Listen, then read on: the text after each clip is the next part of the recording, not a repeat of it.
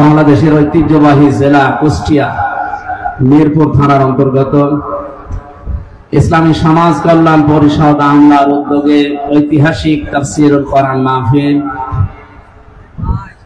সম্মানিত সভাপতি, বিশিষ্ট রাজনীতিবিদ, সাবেক উপজেলা চেয়ারম্যান, শ্রদ্ধাভাজন ব্যক্তিত্ব জননেতা জনাব আব্দুল গফুর আতালাল্লাহু উমরাহু ওয়া বারাকাল্লাহু ফি হায়াতি, বলেন আমিন। মাহফিলের প্রধান অতিথি বাংলাদেশ জামাত ইসলামী কুষ্টিয়া জেলা শাখার শ্রদ্ধাভাজন জেলা আমির, বিশিষ্ট ইসলামী চিন্তাবিদ, শিক্ষাবিদ অধ্যাপক মাওলানা আবুল হাশেম দামাত বারকাতুহুমুল আলিয়া।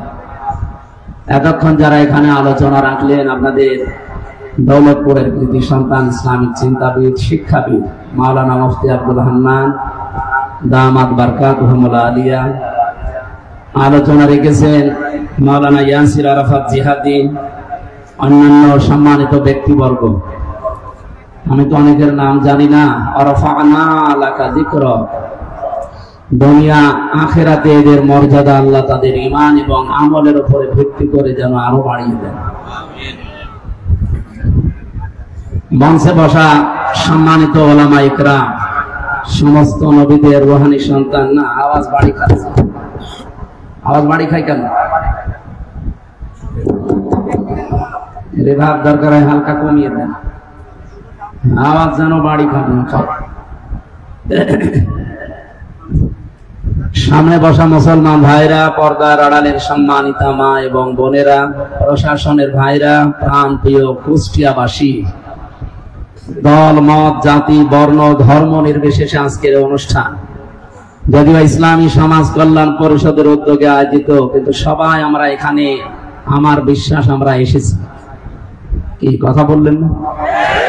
আর কোরআনে কারিমও কি শুধু ইসলামী সমাজ কল্যাণ পরিষদে? হাদা বায়ানুল লিন্নাস, এ কোরআন মানুষ পদবাচ্চে যারা বিবেচিত তাদের জন্য। কোরআনের আলোচ্য বিষয় কি বলেন তো? মানুষ। এখানে কোরআনে কারিমের ভেতরে সবচাইতে বেশি আলোচনা এসেছে মানুষ নিয়ে। মিনহা খালাকনাকুম ওয়া ফিহা নুঈদুকুম ওয়া মিনহা নুখরিজুকুম তারাতান উখরা। আল্লাহ তাআলা বলেন, এই মাটি দিয়ে আমি তোমাকে বানিয়েছি। কি দিয়ে? সরাসরি আল্লাহ আমাদের মাটি দিয়ে বানাননি, আমাদের বাবাকে বানিয়েছে, হযরত আদম আলাইহিস সালাম। মাটির ভেতরে যে জিনিসগুলো পাওয়া যায়, বিজ্ঞান এখন গবেষণা করে জানাচ্ছে যে কমপক্ষে 10টা জিনিস মাটির ভেতরে পাওয়া যায়। আপনি দেখবেন মাটির ভেতরে অক্সিজেন আছে, সিলিকন আছে, অ্যালুমিনিয়াম আছে, আয়রন আছে, ক্যালসিয়াম আছে, পটাশিয়াম আছে, সোডিয়াম আছে, ম্যাগনেসিয়াম আছে, নাইট্রোজেন আছে, হাইড্রোজেন আছে। অথচ শুধু মাটি দিয়ে বানিয়েছে, এতটুকুই শেষ হবে? এর ভেতরে কমপক্ষে 10টা জিনিস পেলাম। বাবার স্ফলিঙ্গ দিয়ে দ্রুত গতিতে যে পানিটা বের হয়ে আসে, বিজ্ঞান এখন প্রমাণ করছে এই নাপাক পানি দিয়ে আল্লাহ 4টা জিনিস বানায়: চুল, রগ, হাড় আর পর্দা। মায়ের রেহেমের ভেতরে যেখানে সন্তান থাকে, ওখানে একটা পানির নাপাক থলি আছে। ওই জায়গা থেকে আল্লাহ রাব্বুল আলামিন আরো 4টা জিনিস তৈরি করেন: রক্ত, গোশত, চর্বি আর চামড়া। 4 4 8 আর ওদিকে 10, কত হয় বলেন? আল্লাহ রাব্বুল আলামিন নিজের পক্ষ থেকে 5টা জিনিস দান করেন। ওয়াজআলা লাকুমুস সামআ ওয়াল আবসারা ওয়াল আফইদা ইলা আখিরি আয়াত। এটা সূরা নাহলের 78 নম্বর আয়াতের মাঝের অংশে আছে। 14 নম্বর পারা, 14 নম্বর পৃষ্ঠার 14 নম্বর লাইনে আছে। আল্লাহ বলেন, শ্রবণ শক্তি, দর্শন শক্তি, বাক শক্তি, আকেল শক্তি আর ঘ্রাণ শক্তি, এই 5টা আমি আমার রব নামের কারণে তোমাকে দান করি। তাহলে ওদিকে 10, ওইদিকে 8, 4 4 8 আর এদিকে 5, কত হয়? 23টা জিনিস দিয়ে আমাদের এই 3.5 হাত বডি বানানো। এরপরও বিভিন্ন প্রক্রিয়া আছে, 40 দিন 40 দিন 40 দিনে যেটা পাল্টায়। আপনি একটু খেয়াল করার জন্য আমি এটা বললাম। আমাদেরকে আল্লাহ মাটি দিয়ে সরাসরি না বানিয়ে আদম আলাইহিস সালাম থেকে শুরু করে এ পর্যন্ত যত মানুষ আমরা দুনিয়ায় এসেছি, সব আমরা মাটির নির্যাস দিয়ে তৈরি। কি দিয়ে? এখানে পুরা কোরআন শরীফের ভেতরে সবচেয়ে বেশি আলোচনা আপনি দেখবেন মানুষ কি নিয়ে। ওয়ালাকাদ কাররামনা বানি আদম, সূরা বানি ইসরাইলের এই ৭০ নম্বর আয়াতের ভেতরে এটা আছে যে অবশ্যই আমি বনি আদম সন্তানকে সম্মান দিয়েছি। আল্লাহ তাআলা বলেন না যে আমি মুসলমানকে সম্মান দিয়েছি, না, বনি আদম সন্তান যারা ধর্মীয় ভাবে যে কোনো ধর্ম সে মানতেই পারে, কিন্তু সে সম্মানিত। আমরা লক্ষ্য করে দেখলাম এই ৫৪ বছরে বাংলাদেশ স্বাধীন হওয়ার পর, বিশেষ করে ১৫.৫ বছরে সবচাইতে এই সম্মানিত মানুষের সম্মান নিয়ে ছিনিমিনি খেলা হয়েছে বেশি। আগামীতে যেন এই সম্মান নিয়ে আর কেউ ছিনিমিনি খেলতে না পারে সেই ব্যবস্থা আমাদের করা লাগবে না? এটা শুধু মোনাজাতেই হয়ে যাবে? বলেন।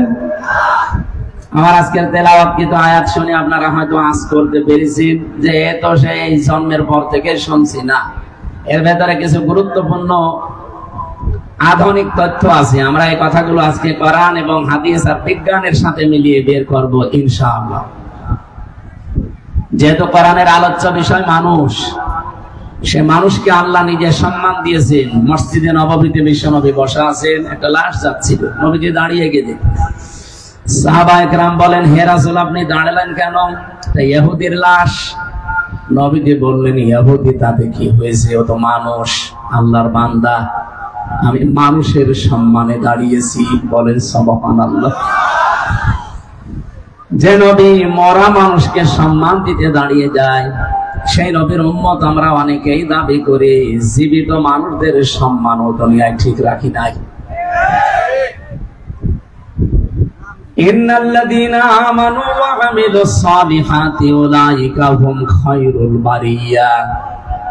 আল্লাহ বলেন, নিশ্চয় যারা ঈমান আনার পরে আমলে সালেহ করে, যত সৃষ্টি আমি তৈরি করলাম তাদের ভেতরে তারা খায়রুল বারিয়া, সর্বোত্তম সৃষ্টি। এই সর্বোত্তম যারা পৃথিবীতে ঈমান আর সৎ আমল করে, তাদেরকে নিয়ে আমরা সব চাইতে বেশি অপমান করার চেষ্টা করেছি। এটা আমি বাংলাদেশের কথা বলছি না, অন্য দেশের কথা বলছি। সুতরাং আমাদের সিদ্ধান্ত নেওয়ার সময় অলরেডি এসে গেছে। আগামীতে এ বাংলাদেশে কেউ যেন এই সম্মানিত সৃষ্টির সম্মান নিয়ে অন্তত কেউ ছিনিমিনি খেলতে না পারে।